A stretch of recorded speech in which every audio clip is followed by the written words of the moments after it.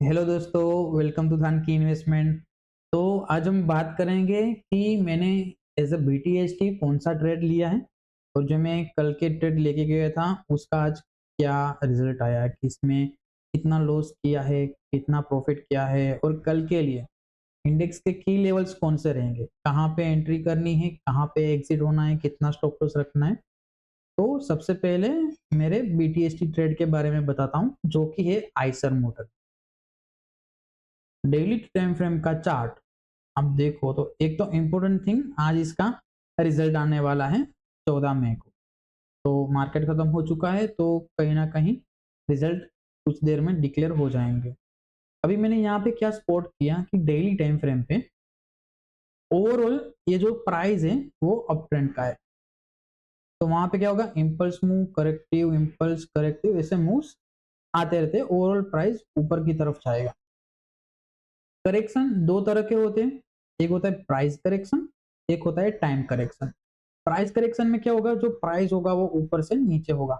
Stock भले ही up trend का हो तो ये इम्पल्स करेक्टिव इस तरह से होगा। पर कई बार क्या होगा कि अगर प्राइस ऊपर की तरफ जा रहा है, एक करेक्शन हुआ, वापस ऊपर गया, कई बार ये नीचे आके वहीं पे घूमने लगता है इस तरह से, फिर एक ब्रेकआउट देगा, फिर आके इसी वाले जोन पे एक सपोर्ट लेके फिर से ऊपर की तरफ जाएगा और तब तक ओवरऑल ट्रेंड होगा वो इस तरह से चलेगा। तो ये जो फेज हुआ इसको कहते हैं टाइम करेक्शन। इस स्टॉक में प्राइस कम नहीं होगी, पर जो वक्त होगा वो गुजरता जाएगा, प्राइस एक रेंज के बीच में रहेगी, उसे कहते हैं प्राइस में time correction. Is it clear? एक होता है प्राइस करेक्शन, एक होता है टाइम करेक्शन। तो यहाँ पे मैंने ढूंढा कि इतने दिनों से ये एक ही रेंज में फंसा हुआ है, मतलब कि ये टाइम करेक्शन हो रहा है, ट्रेंड शिफ्ट हो रहा है। और पिछले 5 दिनों से जब निफ्टी गिर रही थी, कहीं ना कहीं आइसर भी नीचे की तरफ गिर रहा था। आज निफ्टी ने क्लोजिंग दिया है 1% के ऊपर, 300 पॉइंट के आसपास। आइसर ने क्लोजिंग दिया है 1% ऊपर। मैंने ये ट्रेंड लाइन बनाई कि अगर प्राइस इसके ऊपर गया तो ये ऊपर वाला जो रेंज है वहां तक प्राइस जा सकता है। 1 आवर टाइम फ्रेम पे आते हैं तो यहाँ पे पिक्चर थोड़ा और क्लियर हो जाएगा आप लोगों को कि ये अपमूव आया, करेक्शन नहीं आया, पर इसने क्या किया, अपमूव के बाद एक रेंज के अंदर शिफ्ट हो गया। रेंज के अंदर शिफ्ट होने के बाद अक्सर क्या होता है, एक वर्ड है false breakout and false breakdown. Like ये ऊपर गया, सेलिंग होके नीचे आया, सपोर्ट लेके ऊपर गया, नीचे आया, ऊपर गया, पर इस बार जो नीचे आया ना, इसने यहाँ पे नेगेटिव क्लोजिंग दी। एज ए रिटेल कोई पर्सन क्या सोचेगा, ये गैप डाउन होके फॉलो अप सेलिंग आया, इट मींस कहीं ना कहीं ये बेरिशनेस है, कुछ ना कुछ नेगेटिव न्यूज आने वाली है। पर नेक्स्ट कैंडल ही ये बैक टू बैक धीरे धीरे करके एकदम से ऊपर चला गया। तो ये जो है उसे कहते हैं फॉल्स ब्रेकडाउन। इसी तरह से फॉल्स ब्रेकआउट भी होता है। ये एक रेंज बना था, रेजिस्टेंस था, ऊपर गया, फॉल्स ब्रेकआउट देके वापस से नीचे आ गया। हर वक्त रिटेल यहीं पे ही ट्रैप होते हैं, एक्चुअल में जो ट्रेंड होता है वो स्पॉट आउट नहीं कर पाते। तो यहाँ पे भी वही 2 दिन से फॉल्स ब्रेकडाउन। अगर आज रिजल्ट अच्छा आया डेफिनेटली ये ऊपर की तरफ जाएगा। तो मैंने जो ट्रेड लिया है वो एक एजम्पशन के ऊपर नहीं लिया कि अगर रिजल्ट अच्छा आया नहीं आया। मैंने जो ट्रेड लिया है उसका लॉजिक यही है कि प्राइस जो है एक फॉल्स ब्रेकआउट ब्रेकडाउन करके वापस से ऊपर की तरफ जाएगा।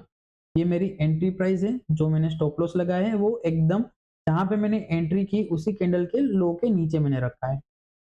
अभी आपको लगेगा कि ये शेडो बना तो एंट्री क्यों की, पर मैंने जो एंट्री की थी वो 15 मिनट के टाइम फ्रेम पे ये स्पाइक बना था उस वक्त मैंने की थी। और ये प्रीवियस कैंडल के लो के नीचे जो 1 घंटे के टाइम फ्रेम पे लोअर प्राइस है वहां पे मैंने स्टॉप लॉस डाला था। 2 कैंडल नेगेटिव बनी, लास्ट कैंडल पॉजिटिव बनी है। तो कहीं ना कहीं इस पे मैं मेरा 1:3 मैंने सेट किया, तो कहीं ना कहीं एग्जिट रेजिस्टेंस जोन पे ही आ रहा है। तो देखेंगे कल मार्केट कहीं पे भी खुले, आइसर कहाँ पे खुलता है और क्या मुंह देता है।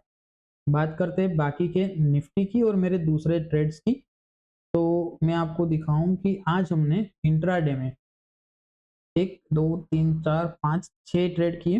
हालांकि आइसर मोटर का जो मेरा कॉल है उसमें मुझे 1,24,000 का लॉस तो हो रहा है। टोटल पीएनएल 1,84,000 के आसपास है। और ये जो बाकी के ट्रेड्स है इसमें मैंने कहीं न कहीं 40 टू 50,000 के आसपास लॉस बुक किया है। अगर आप देखो तो किसमें ट्रेड किया मैंने, तो सेंसेक्स के पुट, कॉल, एक्साइड का पुट जो मैं ओवरनाइट लेके गया था, उसमें मुझे आज एक स्टॉप लॉस मुझे लेना पड़ा, तो ये कहीं न कहीं 70,000 का मुझे ये हुआ। क्रॉम्पटन में एक रिज़ल्ट जो थे वो डिसेंट तो नहीं आया, कंपनी ने कहीं न कहीं 500 करोड़ का लॉस किया है। हालाँकि रेवेन्यू अच्छी थी, तो स्टॉक थोड़ा ऊपर गया, ब्रेक इवन आया तो मैंने इसमें से एग्ज़िट ले लिया। ओएनजीसी में मेरा टारगेट अच्छा खासा आ गया था और बीपीसीएल में मेरा स्टॉप लॉस हिट हो गया। तो आप देखो कि ये मेरे जो इंट्राडे वाले ट्रेड्स है उसको आप अभी इग्नोर करो। इसका लॉजिक इंट्राडे के लिए था, तो कहीं न कहीं इसमें मुझे स्टॉप लॉस मेरे हिट हुए। जो मेरे स्विंग ट्रेड्स थे या बीटीएस थे उसमें अब मेरी लूजिंग अमाउंट देखो 62,000, 56,000, व्हिच मीन्स कि मेरे पोर्टफोलियो में इसके लॉस का कुछ ज़्यादा डेंट नहीं हुआ है। बट डेफिनिटली जो प्रॉफिट हुआ वो बड़ा हुआ है, तो ये रिस्क रिवॉर्ड कहीं न कहीं इसी तरह से काम करता है। इन ट्रेडिंग जर्नी आप बहुत सारे ट्रेड करो कि नुकसान होगा, मुनाफा भी होगा। कहीं न कहीं जो मुनाफा होना चाहिए वो ज़्यादा होना चाहिए, नुकसान कम होना चाहिए, तभी जाके हम एक सस्टेनेबल प्रोफेशनल ट्रेडर बन सकते हैं। आइसर मोटर का हम देखेंगे कल क्या मूव आया, तब तक के लिए हम निफ्टी का व्यू देख लेते हैं।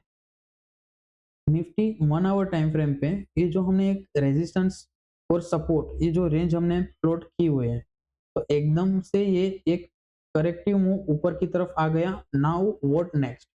तो यहाँ पे हम एक ट्रेंड लाइन बना सकते हैं। मैं 15 मिनट के टाइम फ्रेम पे आ जाता हूँ। आपको टोटल की लेवल्स दूंगा कि कहाँ पे ओपनिंग हुई, तो कहाँ पे एंट्री करनी है। आप नीचे से एक ट्रेंड लाइन इस तरह से बनाओ। अगर मार्केट कल नीचे खुलता है ट्रेंड लाइन के आसपास से और वहां से गैप डाउन होके अगर ये ऊपर की तरफ जा रहा है, तो आप ऊपर की तरफ से एक ऐसे ट्रेंड लाइन बना सकते हो कि अगर ये ट्रेंड लाइन ब्रेक करता है, आप डेफिनेटली लॉन्ग हो सकते हो। स्विंग के नीचे स्टॉप लॉस रखिएगा और आपका जो टारगेट रहेगा वो कहीं ना कहीं इसका जो हाई प्राइस है, मैं आपको एक मार्क डाउन कर देता हूँ। आप यहाँ तक का एक इंट्राडे टारगेट आप रख सकते हो। डेफिनेटली टारगेट आएगा। रिस्क रिवॉर्ड की आप बात करो, अगर यहाँ से ऊपर जाता है तो आपको निफ्टी में 300 पॉइंट के आसपास प्रॉफिट मिल सकता है। डाउन साइड रिस्क रहेगा वो कहीं ना कहीं 100 पॉइंट के आसपास रहेगा। कहीं ना कहीं 1:3 आपको इजीली मिल सकता है। दूसरा सिनारियो देखते हैं, अगर निफ्टी डायरेक्ट गैप अप ही खुलता है तो कहाँ तक जा सकता है। देखो अगर वो इस बीच इन जोन पे खुला तो आप 15 मिनट के कैंडल लो को स्टॉप लॉस रख के यहाँ तक का टारगेट आप डेफिनेटली रख सकते हो। पर अगर मार्केट यहीं पे ही खुला तो देन वेट एंड वॉच करिएगा। 24,000 एक साइकोलॉजिकल राउंड फिगर नंबर है। हो सकता है यहाँ से एक डाउन मूव हमें फिर से देखने को मिल सकता है। तो ये मेरा निफ्टी का व्यू रहेगा। बैंक निफ्टी की बात करते हैं 1 आवर टाइम फ्रेम पे। आज इसने एक बेस बनाया है, रेजिस्टेंस लेवल से नीचे आ रहा है। सेम 15 मिनट में आप एक ट्रेंड लाइन प्लॉट कर सकते हो, ऊपर की तरफ से और नीचे की तरफ से, दोनों तरफ से। तो ये एक आपकी ट्रेंड लाइन है। अगर इसके ऊपर क्लोजिंग मिलता है आप बाय करोगे, स्टॉप लॉस इस वाले जोन पे रहेगा, टारगेट कहीं ना कहीं ट्रेंड लाइन के पास रहेगा। अगर गैप डाउन होता है तो पहला टारगेट आपका जो रहेगा वो 53,300 रहेगा। अगर ये ब्रेक हुआ देन डेफिनेटली 52,000 तक हम टारगेट कर सकते हैं। सेंसेक्स की बात करते हैं, तो इतने दिनों से एक गिरावट हो रही थी, आज एक करेक्टिव मूव आई है। कहीं ना कहीं अगर ये मूव सस्टेन नहीं हुई और नीचे आई, gap down opening trend line से अगर सपोर्ट लिया तो आप बाय कर सकते हो। इसके नीचे स्टॉप लॉस टारगेट आपका रहेगा 76,200 के आसपास। अगर गैप अप खुलता है तो आप वेट एंड वॉच करिएगा, ये एक रेजिस्टेंस जोन है, तो आप सेल करके टारगेट ट्रेंड लाइन तक या तो फिर ये जो लोअर सपोर्ट है यहाँ तक का आप एक सेल साइड का ट्रेड ले सकते हो। तो ये आज का ओवरऑल एनालिसिस है मेरा। बने रहिए हमारे साथ, कल मैं डेफिनेटली आप लोगों के साथ शेयर करूंगा आइसर में मुझे क्या रिजल्ट मिला, मेरा क्या रिजल्ट निकला, कितना मुनाफा किया, कितना नुकसान किया, और हमारा आज का जो व्यू है इंडेक्स का वो कल उसी तरीके के वर्क करता है या नहीं। मैं इतने दिनों से वीडियोस बना रहा हूँ, हर एक दिन मार्केट में मेरा जो व्यू है उसमें मेरी एक्यूरेसी आप देख ही रहे हो। पिछले 2 हफ्तों में से शायद 1 या 2 दिन में गलत हुआ होगा। ओवरऑल जो मैं जिस तरह से मैं प्रिडिक्शन करता हूँ या फिर जो मेरा व्यू रहता है, मार्केट कहीं न कहीं उसी डायरेक्शन में ओपनिंग और क्लोजिंग दोनों देता है।